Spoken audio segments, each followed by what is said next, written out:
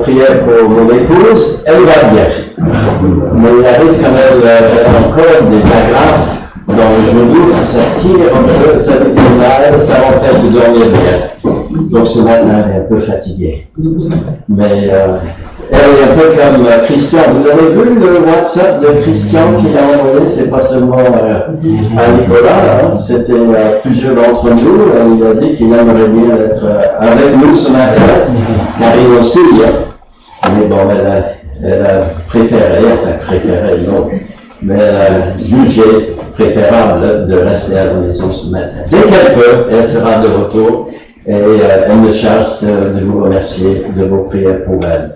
Nous nous retrouvons aujourd'hui à l'épître de Paul aux Philippiens. Comme vous voyez par les versets qui sont affichés là, c'est pas la première fois que nous sommes dans cette épître. On a déjà vu les salutations qu'il a données à cette église-là. Il aimait tellement cette église. Et l'église l'aimait beaucoup aussi. Et donc, il a pris plusieurs versets pour juste tout simplement dire combien il appréciait cette église, les bons souvenirs qu'il avait pour elle, et aussi pour faire part des prières qu'il donnait tout le temps pour cette assemblée. Aujourd'hui, nous arrivons au verset 12 et nous entrons dans ce qu'on peut appeler le corps vraiment de cette lettre. Et si je vous posais la question, quand vous écrivez à quelqu'un que vous aimez bien, quelle est la première chose que vous voulez annoncer à ces personnes bien aimées? Eh bien, vous voulez partager de vos nouvelles. C'est vrai. Il faut dire que l'apôtre Paul, qui est à Rome et qui était en prison, il avait reçu la visite d'Épaphrodite.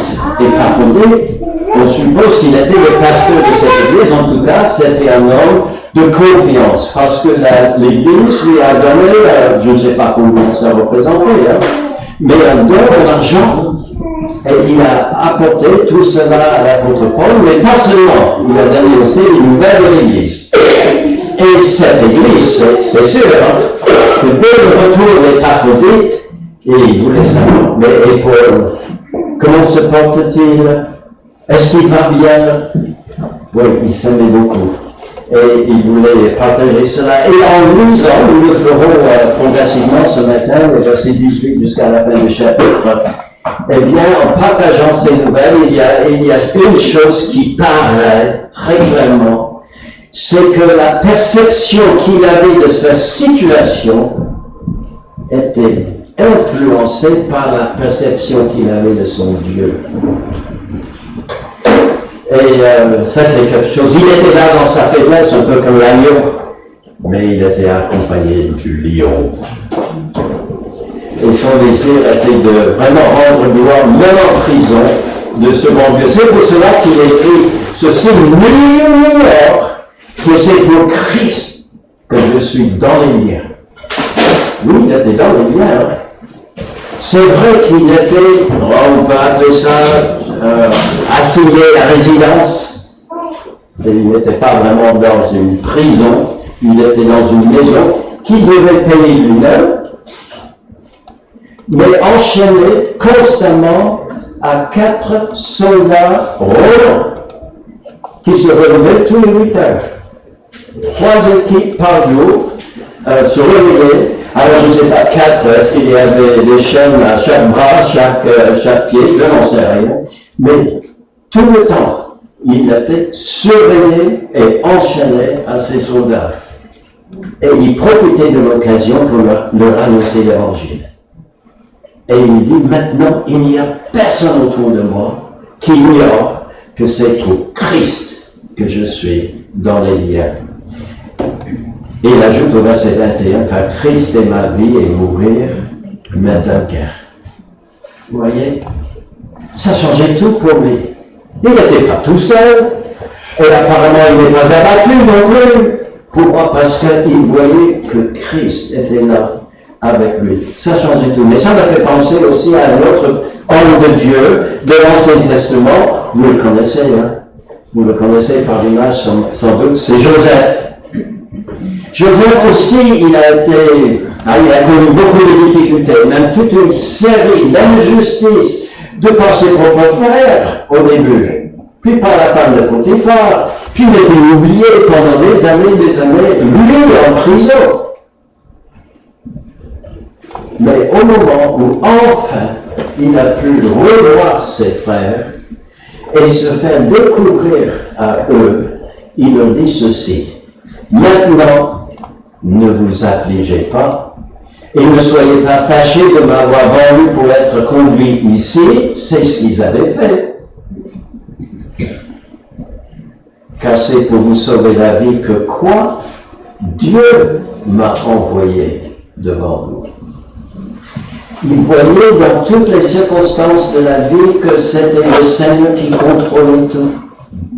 Et il n'était pas là simplement à cause des frères méchants, ils l'ont été. Mais vous voyez, Dieu sait se servir même des méchancetés des autres pour accomplir sa volonté. Et quelle était sa volonté? De sauver la vie de ceux qui étaient injustes envers lui. Alors, là, il a fait un bon de maturité spirituelle pour comprendre et de vouloir servir comme moyen de salut pour les personnes qui lui avaient fait du mal. Vous voyez? Mais ce n'est pas seulement pour Paul que sa vision, sa perception de la situation dans laquelle il était conditionné par sa conception de Dieu, et ce n'est pas non plus seulement pour Joseph, c'est aussi vrai pour nous. Si nous voyons Dieu au contrôle des circonstances de nos vies, cela nous donne aussi de la stabilité émotionnelle. Et c'est ce qui va paraître dans ce chapitre où il donne des nouvelles. Il ne donne pas des nouvelles n'importe comment. Il va montrer comment Dieu lui donne de la joie, comment Dieu lui donne de la paix. Quoi qu'il arrive, Dieu est avec lui. Et j'aimerais voir ça dans ce chapitre, dans les premiers versets, versets 12 à 18, il parle de sa situation présente. Il parle à l'Église pour faire part justement de comment ça se passait pour lui. Et puis il se projette dans l'avenir.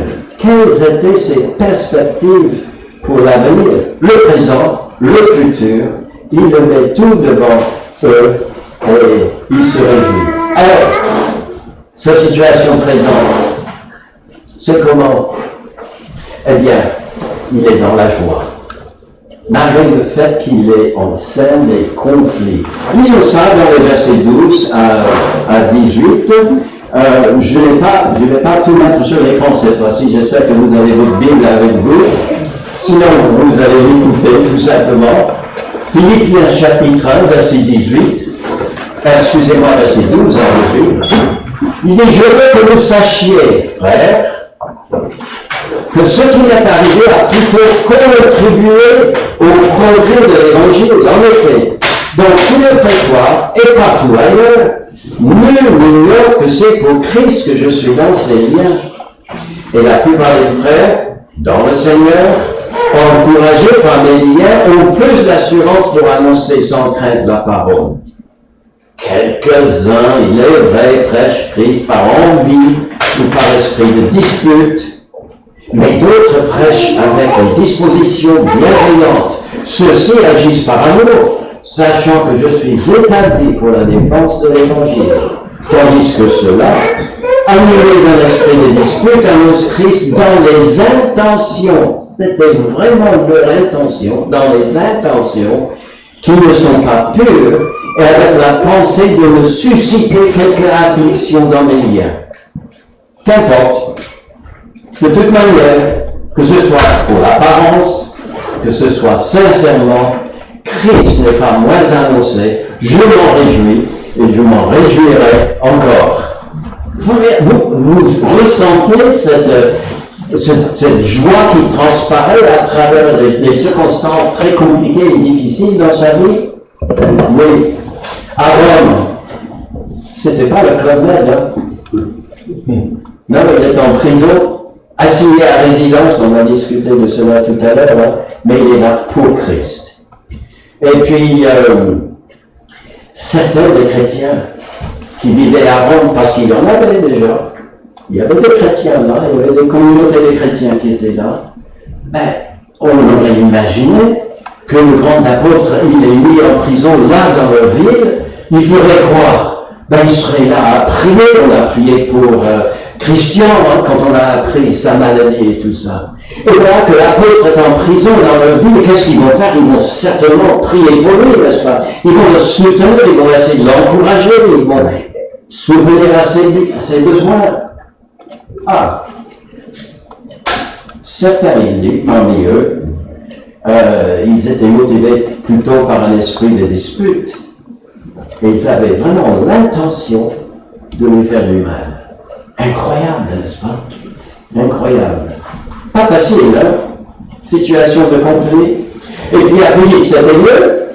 Ben, selon les nouvelles qu'il a reçues, on n'a pas encore vu tout ça, mais il a reçu des nouvelles de Philippe comme quoi il y avait des faux docteurs, des faux enseignants qui sont arrivés dans l'Église. Nous le verrons au chapitre 3.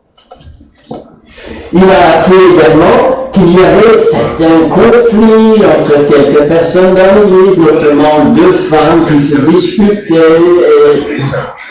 Et là encore, mais il dit, ça ne me concerne pas.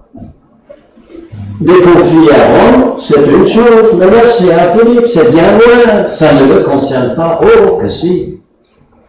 Parce que si vous aimez quelqu'un véritablement, et que vous apprenez que cette personne passe par des difficultés, il y a des problèmes dans sa vie, vous ne le ressentez pas?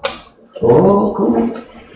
Des fois même plus que lorsque ça nous arrive. Combien de fois, nous, en tant que parents ou grands-parents, nous avons vu que nos enfants avaient des problèmes à l'école ou pour se lancer dans la vie, etc.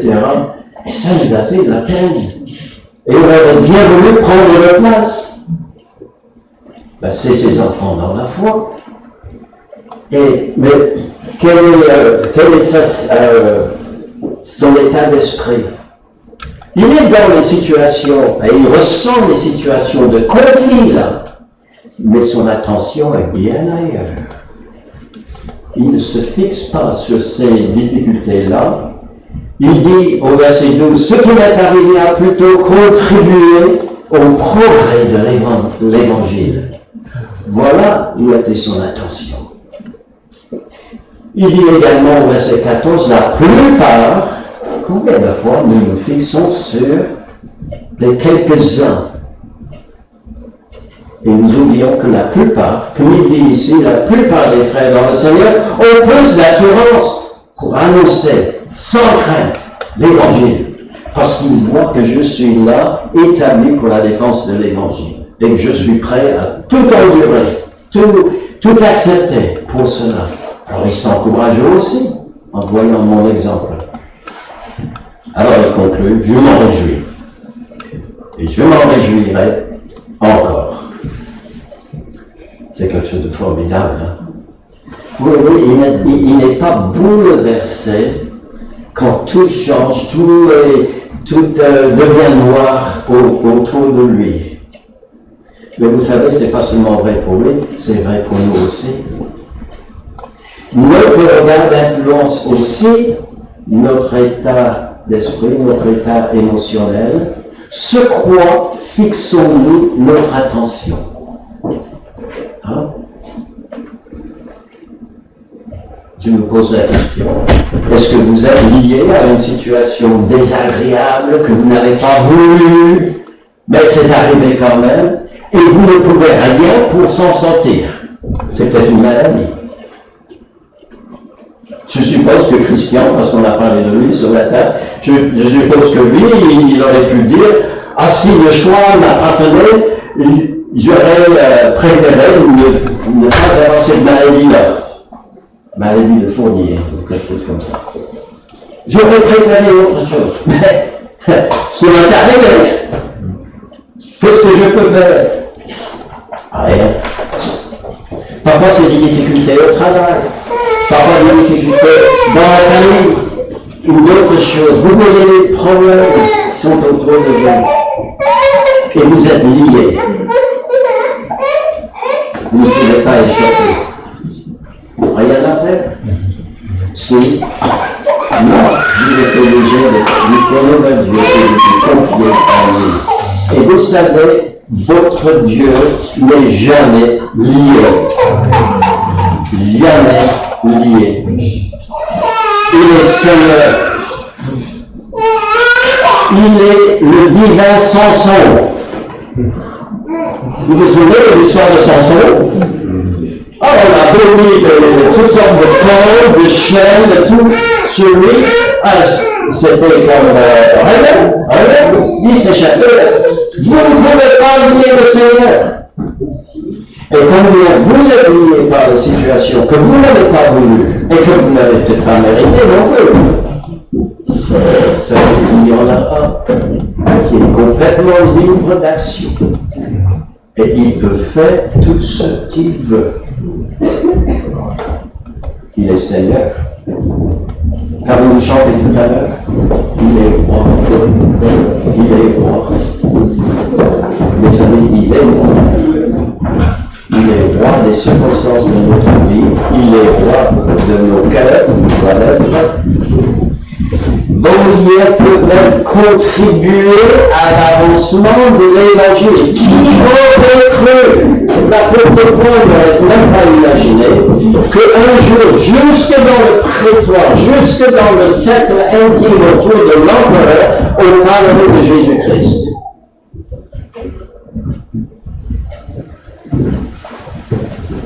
Est-ce que vous n'avez jamais reçu une carte d'invitation au Garden Party de l'Élysée?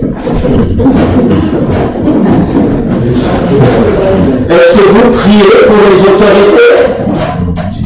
Oui, d'accord, peut-être pas autant que vous devrez.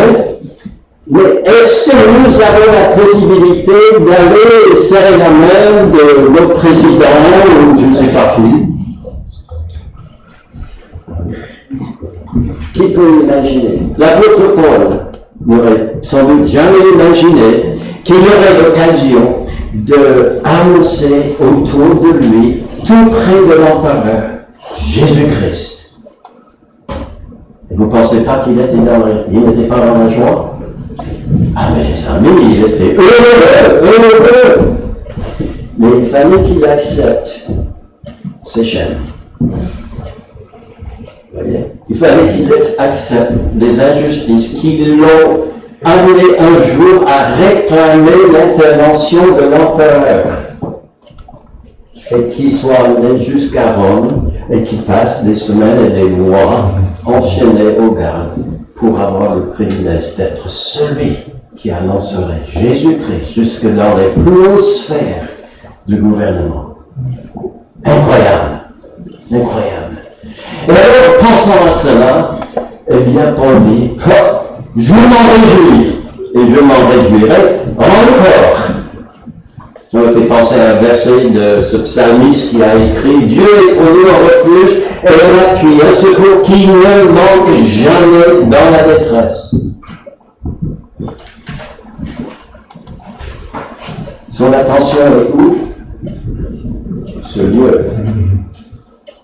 Qu'est-ce que ça fait dans son cœur? Continuons la lecture. C'est pourquoi nous sommes sans crainte. Nous sommes dans la paix. Nous sommes sans crainte. Quand la terre est bouleversée, que les montagnes chancellent au cœur des mers, quand les flots de la mer mugissent et que se soulèvent jusqu'à faire trembler les montagnes. Nous sommes comme Jésus dans la barque quand il y avait l'orage sur le lac de Galilée. Il fallait que les disciples viennent le réveiller. En paix. En paix. Une fois que vous avez compris comment ça marche, vous trouverez beaucoup de versets dans la Bible sur ce fait-là. Surtout dans les protestants d'ailleurs. Difficultés autour de moi, mais paix dans le cœur. Je suis en prison à Rome. Je m'en réjouis. Et je m'en réjouirai toujours. Vous voyez, ça n'arrivera que à condition que notre vision n'est pas sur les difficultés, mais sur Jésus-Christ qui contrôle les difficultés. Je n'avais pas pensé à le faire, mais il y a un verset qui me vient à l'esprit, 1 Corinthiens 10, 13, qui dit ceci. Il n'y a aucune tentation, le mot peut-être traduit aussi, épreuve. Il n'y a aucune tentation qui nous est survenue, qui n'ait été humaine. Mais je vais prêcher un jour toute une série de messages sur les mais dans la Bible. Mais Dieu est fidèle.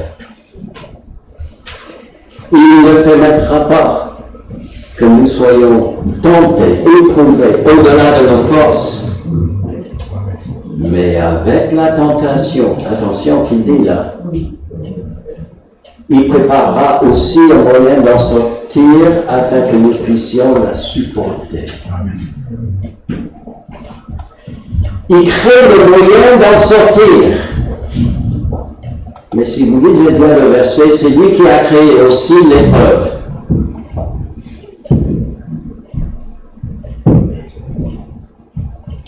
Et on peut dire, il est roi, il est souverain, il est mon Dieu, et je le louerai quoi qu'il arrive. Oui, alors, Philippiens, soyez rassurés, tout va bien pour l'apôtre Paul. Il n'est pas là par son choix à lui, mais il accepte tout comme venant de son Dieu souverain, qui continue à agir par lui et autour de lui, non pas malgré les circonstances, mais grâce aux circonstances que Dieu a orchestrées pour que son nom soit glorifié dans tout l'Empire. Et nous devons dire, avec toi, Paul, nous nous en réjouirons toujours et encore. Voilà, c'est sa situation présente. Pas facile, mais il est dans la joie. Qu'en est-il de ses perspectives pour l'avenir? On va lire les versets suivants, 19 à 30, si vous avez encore votre Bible avec vous. Verset 19, « Car je sais que cela tournera à mon salut, sa délivrance, grâce à vos prières et à l'assistance de l'Esprit de Jésus-Christ. Selon ma ferme attente et mon espérance, je n'aurai aucun bien. Mais maintenant, comme toujours, Christ sera glorifié dans mon corps avec une pleine assurance, soit par ma vie, soit par la mort. Car Christ est ma vie, et mourir m'est un gain. Mais s'il est utile pour mon œuvre que je vis dans la chair, je ne saurais dire ce que je dois préférer. Je suis pressé des deux côtés. J'ai le désir de m'en aller, d'être avec Christ, ce qui de beaucoup est le meilleur. Mais à cause de vous, il est plus nécessaire que je demeure dans la chair, et je suis persuadé, je sais que je demeurerai, et que je resterai avec vous tous pour votre avancement et votre joie dans la foi, afin que, par mon retour auprès de vous, vous ayez en moi un abondant sujet de vous glorifier en Jésus-Christ. Seulement, conduisez-vous d'une manière digne de l'évangile de Christ, afin que soit que je vienne vous voir, soit que je reste absent, j'entends dire de vous que vous demeurez ferme dans un même esprit, combattant d'une même âme pour la foi de l'évangile, sans vous laisser aucunement effrayer par les adversaires et ni avoir, ce qui est pour eux une preuve de perdition, mais pour vous de salut. Et cela vient de Dieu. Car il nous a été fait la grâce. Oh là là, ce verset-là, quand on l'a vraiment compris, là encore on a fait un pas en avant vers la maturité.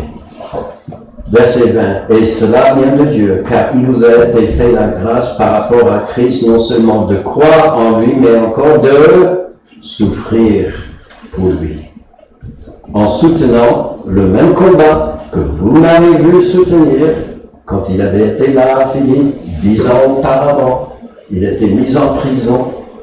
Il avait été fouetté publiquement. On a parlé de cela la dernière fois.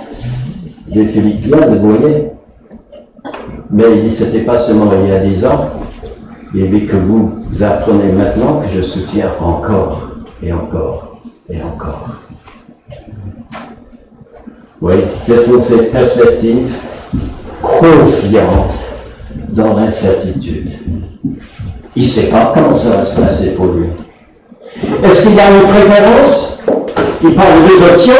Il sait que soit il va être acquitté, soit il va être condamné. S'il est acquitté, il sera libéré. S'il est condamné, puis il sera mis à mort.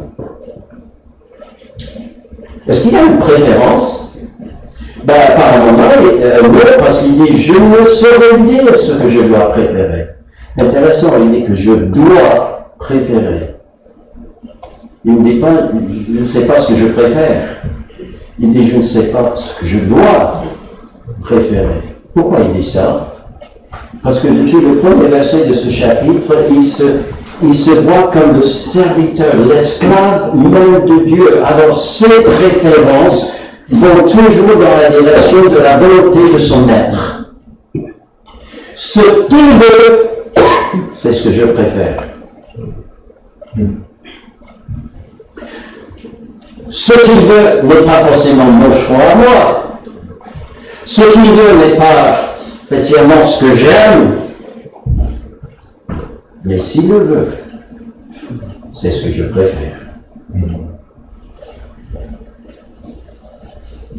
Mais il a une conviction grandissante quand même. Il pense qu'il va être libéré. Pourquoi faire? Pour servir encore. Il dit, il ne dit pas je vais être libéré parce que, oh là, l'âge que j'ai, avec tout ce que j'ai subi jusque-là dans ma vie, je mérite la retraite. Non. C'est pour servir encore.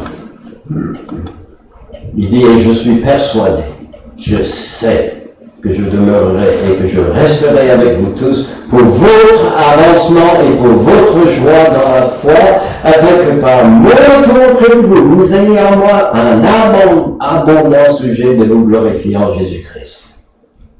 Et c'est pourquoi j'ai mis en haut ici, c'est pas seulement confiance dans l'incertitude, mais confiance active. Il est engagé. Il a toujours été engagé pour annoncer Christ. Il est engagé dans le service de son maître et son Dieu, son sauveur. Et les épreuves n'ont rien diminué de cette détermination-là. Il avait quand même une préoccupation, mes amis. Il y avait quelque chose qui le travaillait l'esprit. Il ne voulait avoir honte de rien. Et il voulait glorifier Christ dans son corps avec une pleine assurance, jusqu'à la fin, même si cette fin, c'est la mort par décapitation. Il voulait aller jusqu'au bout pour Christ. Formidable, hein? Ne pas avoir honte de rien.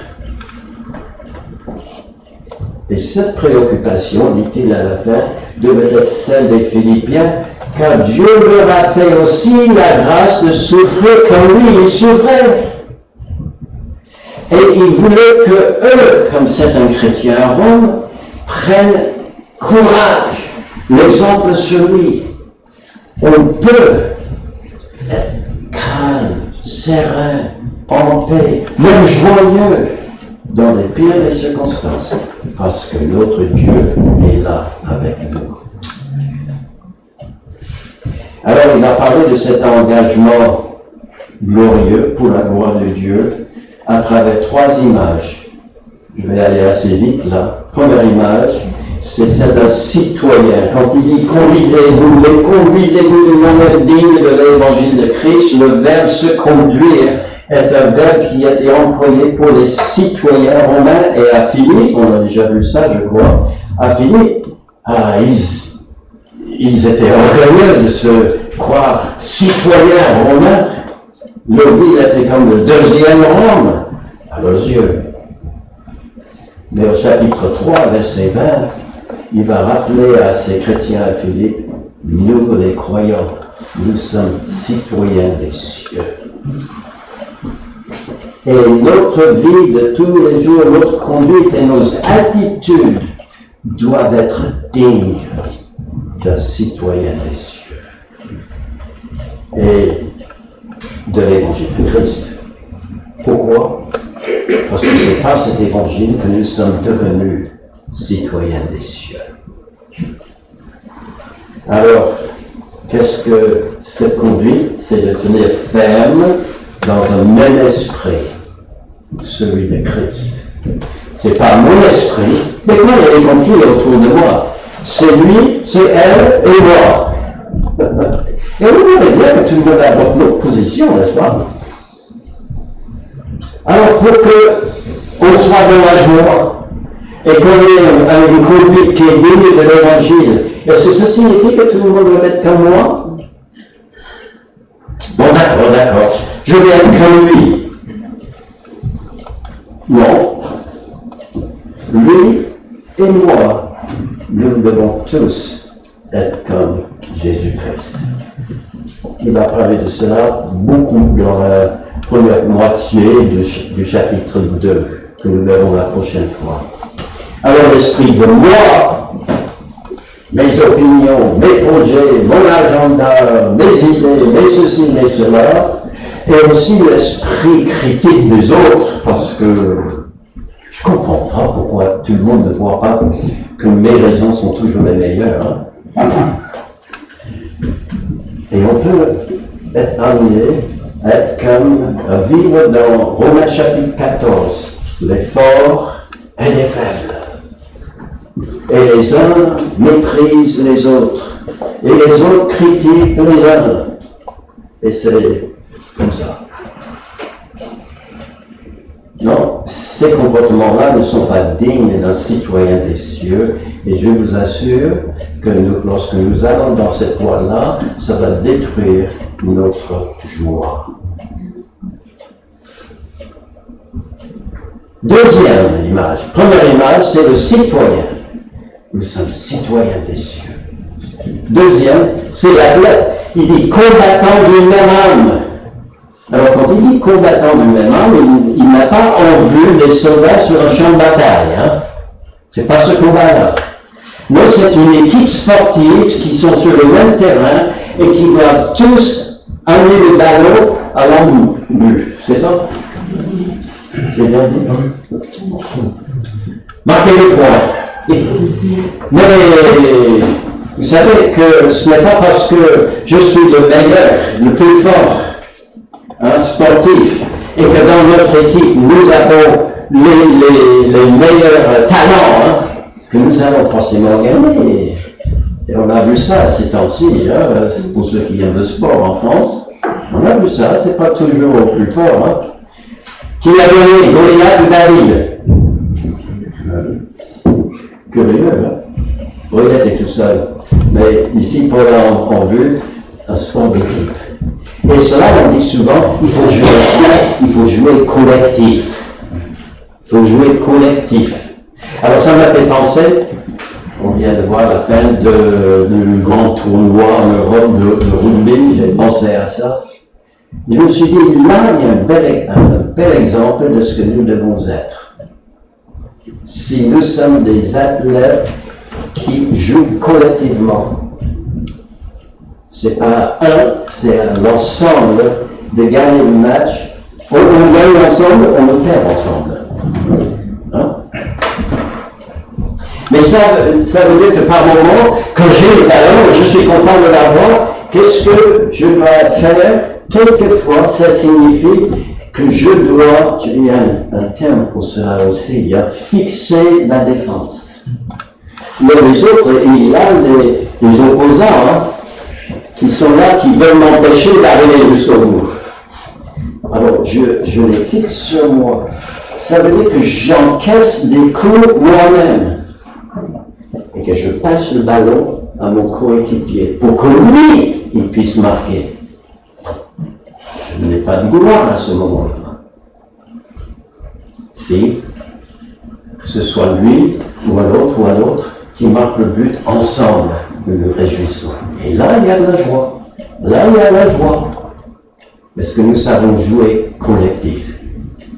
Et puis le troisième, alors, première image, c'est quoi? Le citoyen. Deuxième, l'athlète. Troisième image, c'est le cheval de combat. Alors là, on retrouve vraiment le champ de bataille. Quand il parle, sans vous laisser aucunement effrayer, vous savez que les chevaux, il faut vraiment les entraîner. Bon, aujourd'hui, on a des tanks, on a des avions, on a des choses comme ça, on a beaucoup de chevaux, mais à une époque, on était à cheval. Pour les meilleurs, ils avaient un cheval. Mais il fallait les entraîner. Il fallait les entraîner. Parce que les autres contre qui on combattait faisaient tout pour effrayer et le cheval et le soldat. On avait des grands boucliers et avec son épée on pouvait faire bon, bon, bon, bon et marcher en avant. Et ça pouvait mettre peur. Et il fallait du temps pour laisser ces chevaux-là dans de telles conditions, pour qu'ils ne s'effraient pas. Mais il dit, ça c'est... Alors moi, franchement, qu'un cheval ou même un homme ait envie de fuir quand il entend ou il voit approcher la bataille, là je comprends. Vous avez vu le reportage ces derniers jours sur les combats qu'il y a dans l'Ukraine? Et parfois, c'est étonnant de voir qu'avec le temps, même les enfants s'habituent au son des obus qui tombent pas loin. Mais comme moi, je les entends, rien qu'à la télé, oh non, je dis, merci Seigneur que je ne suis pas là-bas. Pour lui, vous devez être bien entraîné. Et ce qui vous aide à ne pas vous effrayer, quand ça devient un peu brut, c'est d'avoir vos yeux sur votre commandant en chef. Il est là, comme l'image tout à l'heure, le petit agneau est derrière le lion. Il est avec moi. Nous pouvons gagner. D'ailleurs, Christ a-t-il jamais perdu? Vous pensez qu'il perdra un jour?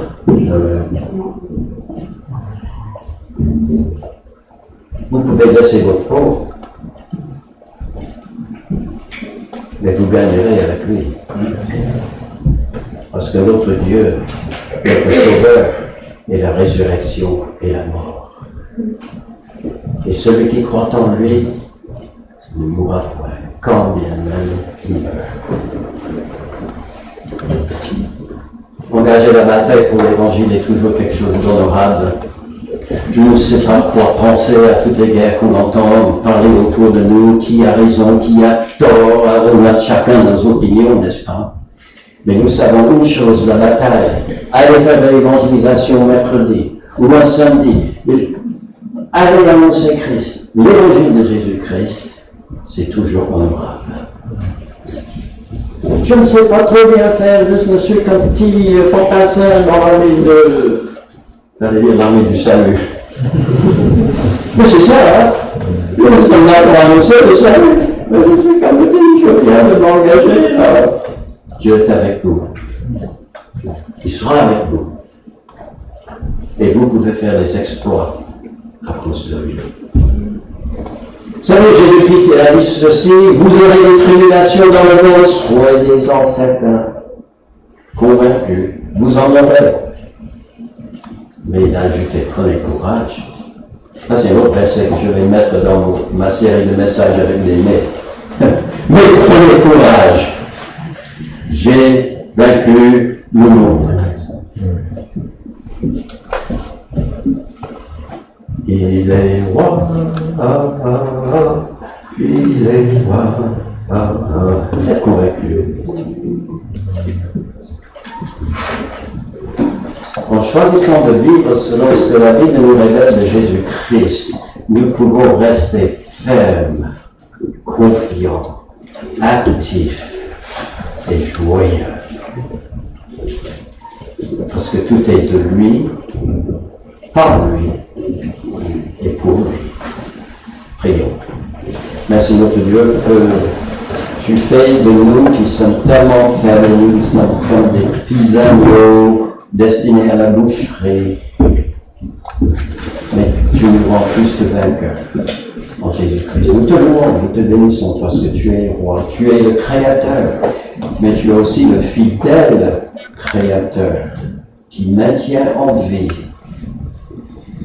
celui qui met sa foi en toi et qui nous assure que un jour, quand bien même, ça peut devenir tellement difficile que comme Paul, nous devons payer dans notre chair notre engagement pour toi. Tu es la résurrection et la vie. Tu es le Tout-Puissant. Tu es vérité. Tu es celui qui a donné ta vie pour nous. Tu es celui qui prie pour nous sans cesse. Tu es celui qui aujourd'hui même prépare pour nous une place. Et une fois que la place sera préparée, tu vas revenir nous amener avec toi pour que nous puissions partager l'éternité avec toi. À toi toute la gloire au nom de Jésus-Christ. Amen.